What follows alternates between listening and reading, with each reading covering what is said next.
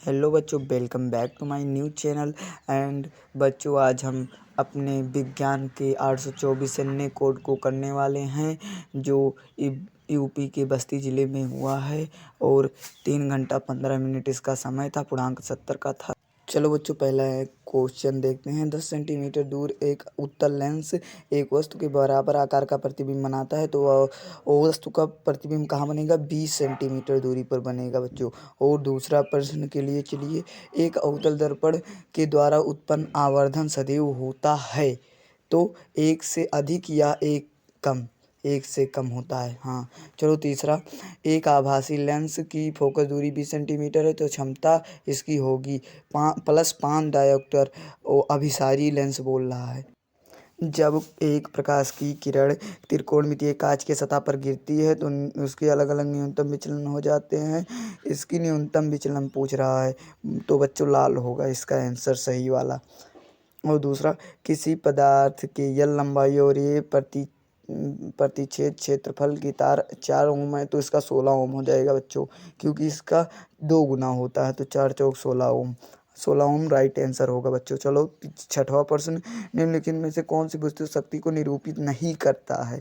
तो I R square निरूपित नहीं करता है। सातवें का डी आंसर हो जाएगा। आर स्क्वायर की व्युत्क्रमानुपाती होता है। देख लीजिए, फिर से पढ़ लीजिए एक बार क्वेश्चन। किसी धारावाही चालक के किरण उसके आर दूरी पर स्थित किसी बिंदु पर उत्पन्न चुंबकीय क्षेत्र होता है, तो आर स्क्वायर के व्युत्क्रमानुपाती। और बच्चों, जैसा कि आप सब जानते हैं, हमारा दूसरा चैनल जो हमने इतने मेहनत से करके उसको एक बार खड़ा किया था, वो किसी ने हैक कर लिया है। इसीलिए बच्चों, ये चैनल हमारा नया है।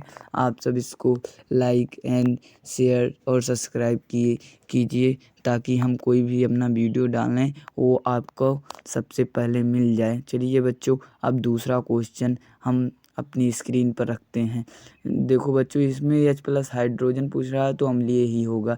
इसमें दामन सोडा के कितने अणु की जल अणुओं की संख्या होती है? 10, कहें कि 10H2O होता है बच्चों। चलिए दूसरा क्वेश्चन, निम्नलिखित में से कौन सी अधातु है?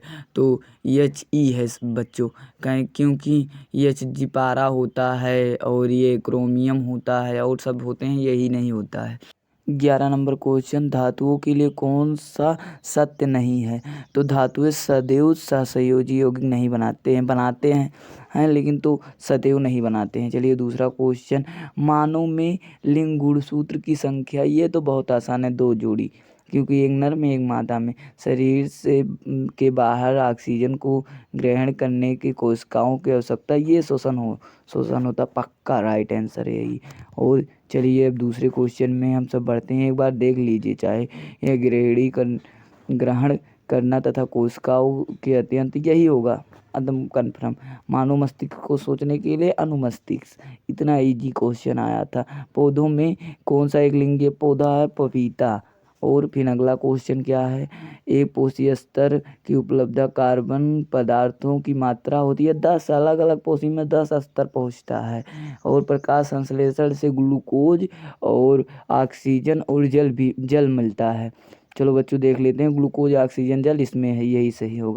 चलिए बच्चों, हम 20 नंबर क्वेश्चन देख रहे हैं। इसमें पूरा पादप हार्मोन्स नहीं है, तो एस्ट्रोजन नहीं है बच्चों। अगर आपको इसका पार्ट भी चाहिए तो कमेंट करके ज़रूर बताएं, और हमारे चैनल को सब्सक्राइब करना मत भूलें, ताकि हमारा कोई भी वीडियो आप तक सबसे पहले